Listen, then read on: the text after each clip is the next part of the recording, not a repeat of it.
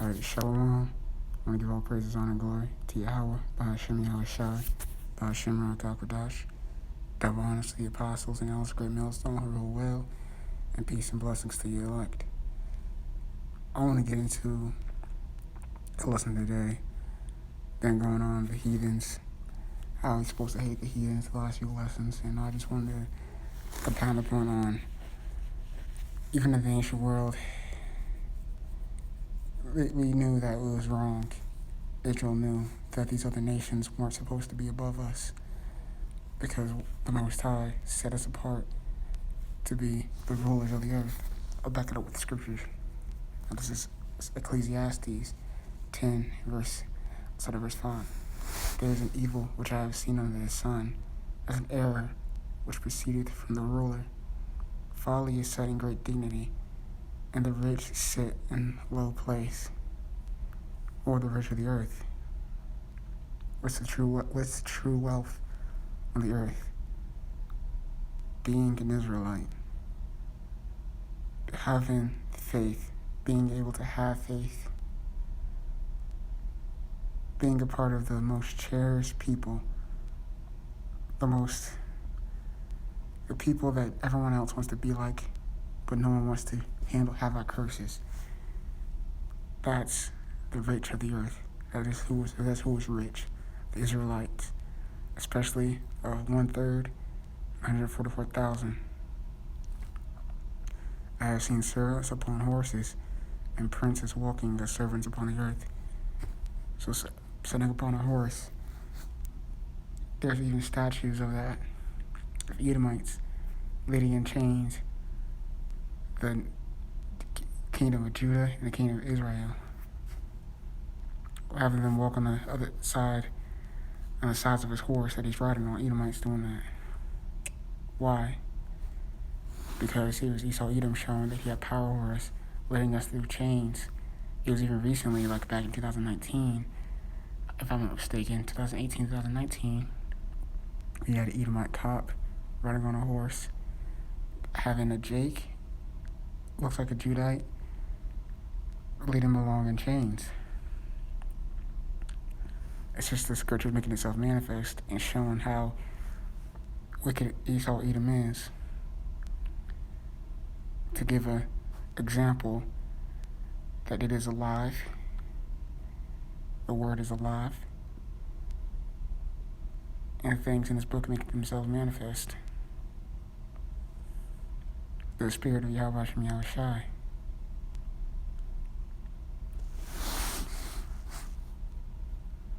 And that helps Israel remember themselves, remember who they were, who we are, and what will be. I have seen servants upon horses. Who are the servants? What are the fate of the other nations? To be captives of those who they've made captives of in the past. To be in captivity. I have seen servants upon horses and princes walking as servants upon the earth. I have seen servants upon horses and princes. What the princes? What princes? The Israelites, the Israelite men, the men of Israel. Walking as servants upon the earth, walking like we were slaves. Alright, I'm going to get to that scripture, because I beat that point to death. This is Joel chapter 2.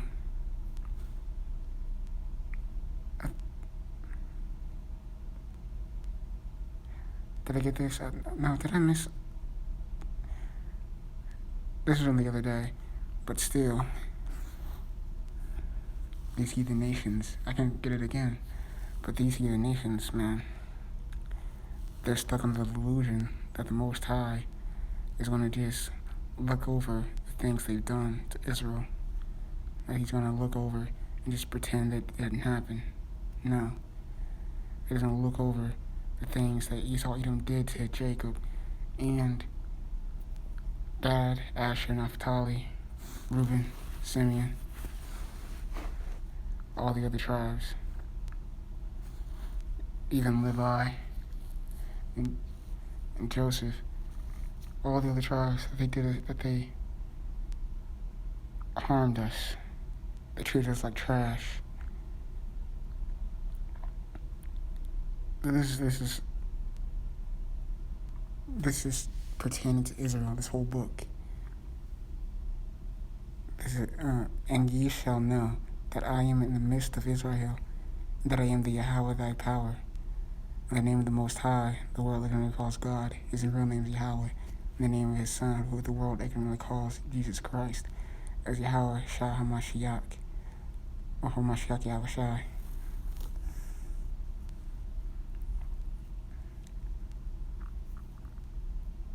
And ye shall know that I am in the midst of Israel, that I am the Yahawah your God, and none else.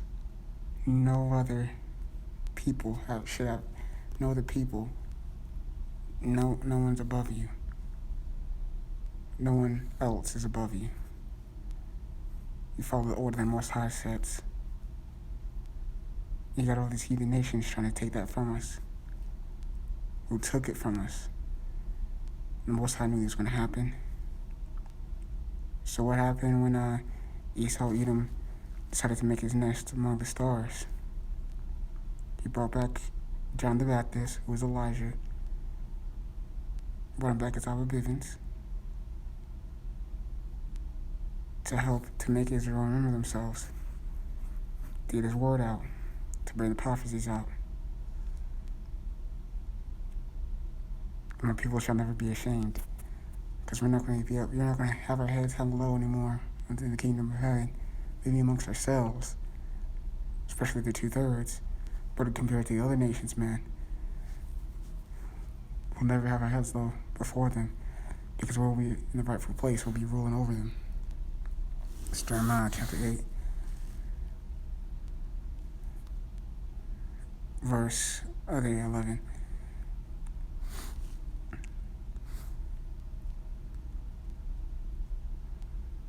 Yeah, I'm through verse 11. See, Esau, Edom, these other nations, they've had their chances to rule. And all they've done when they've ruled is brought terror, pain, and bloodshed, and destruction. I mean, Esau, Edom, in his rulership right now, since the Renaissance pretty much, has pretty much lied and deceived his way into power through false records, through adultery, assassinations, subterfuge, and deceit. There's no honor in him. Esau Edom wants power. He has it, but the Most High had it set up for him to get it. But it's just a short time now, the period we are in now. He's coming down with great wrath. Coming down with wrath because he's afraid. Because he knows what's coming. What's coming is the kingdom of heaven. He's coming with wrath with that Maxine. Why? Because he wants the Georgia Godstones to be complete. He wants to kill off all of Israel. He wants to make the prophecies not happen, but it's not going to go down like that. He knows it.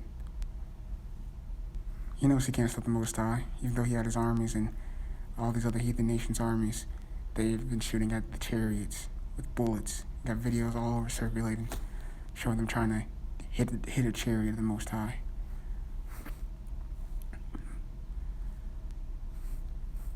And the angels have just been laughing at them, mocking them, showing them just how powerless they are before the Most High YAHAWASHI, YAHAWASHI, the Lord of hosts. And right now, especially during before, even now actually, you got all these news stations saying, well, this isn't anything going to happen. You guys are just conspiracy theorists. This shit ain't popping off. And you just had They don't want to tell you on the news, on the TV, but like they tell you, plain as point case, that Russia said they're going to invade Ukraine. You can't stop them. So Putin said, pretty much. They don't want people to know that. They don't want people to panic and go crazy, until they want them to. But they want them with them riots in Minnesota. What is this? Jeremiah 8:11. For they have healed the hurt of the daughter of my people, slightly saying, peace, peace, when there is no peace. These people don't love order, they love chaos. They want to dismantle everything, destroy everything, and then establish their so-called order, which is confusion, and everything's fucking off. Establishing madness instead of the order of the Most High.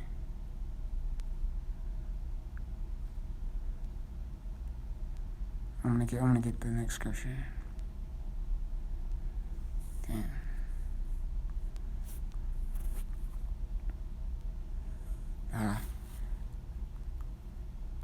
So this is a scripture backing up us putting them heathens in slavery, making them our subjects, making them our captives, making them our servants. That's the way it's supposed to be. 2 Thessalonians 2, so lucky. 2 Thessalonians 1 in verse 5, which is a manifest token. I started verse 4. 2 Thessalonians 1:4, so that we ourselves glory in you in the churches of God for your patience and faith in all your persecutions and tribulations that ye endure. It was tough as hell back then for the prophets, until all the prophets were murdered, put to death, killed by our own people and by the Edomites, and the other heathens that were around that weren't major players. If we weren't scattered already. Shit, man. So much shit happened, man. So much death. Stephen was not the only one that was put to death. He was not the only one that was put to death by our people. He even knew that in the ancient world before Rome, that the other prophets were killed. Prophets in the past. By people's fathers, which people understood were saying that they were the ones that killed the prophets. Because he come back in the reincarnation, the regeneration, after so many generations. Seeing it as a righteous thing with God to recompense tribulation to them that trouble you. To recompense tribulation, what tribulation do we have? And who troubles us? These other nations, the heathens. The 2/3, they're going to be okay. They're going to be in order. They're going to be the Israelites. They're going to suffer death by pain. That's their judgment for doing all kinds of wicked shit, honestly. Like worshiping Cesare Borgia, Yasha Sakar.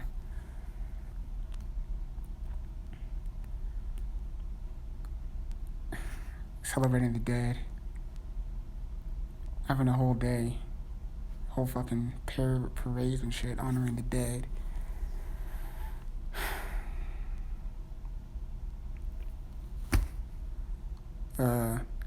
Doing nothing about these Edomite pastors raping their children, because you know for damn sure that Jake, he was hurt by that too, especially about the Roman Catholics. You had it took how long for the church, that Roman Catholic Church, to be prosecuted for all the wickedness they've been doing, raping children, man, wicked as hell. Seeing it as a righteous thing with you, so it's like you, seeing it as a righteous thing with God to recompense tribulation to them that trouble you, and to you who are troubled, rest with us, when the Lord HaMashiach YAHAWASHI shall be revealed from heaven with his mighty angels, and flaming fire, taking vengeance on them that know not God, and that obey not the gospel of our Lord, Mashiach YAHAWASHI. I like this last verse. Oh, I have two more. Yeah. This is Proverbs 29, verse 2. So that when we're in authority, when we're ruling over the heathens, they're going to be rejoicing. They're going to be captivities doing what we're telling them to do. They're going to be treated right, righteously. There's going to be righteous rulership. It's going to be whatever Esau, Edom has subjected these nations to. No. Not going to feed them fucking swine and shit. And fucking the feet of our cousins and shit. No. Like they did back then in the past. They fed pig's feet. That wasn't just pig. That was human. Israelites. Native Americans. So-called Native Americans. You're going to find documentation about that. Or hear stories from people that still know it. But still, man. Esau Edom's a fucking devil, man. He's fucking evil as hell. I want to read it again. When the righteous are in authority, the people rejoice. But when the wicked beareth rule, the people mourn.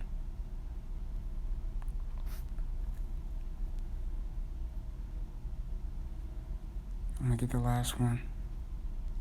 2nd Ezra, chapter 6, verse 55. All this have I spoken before thee, O Yahawah, O Lord, O Adawan, because thou madest the world for our sakes.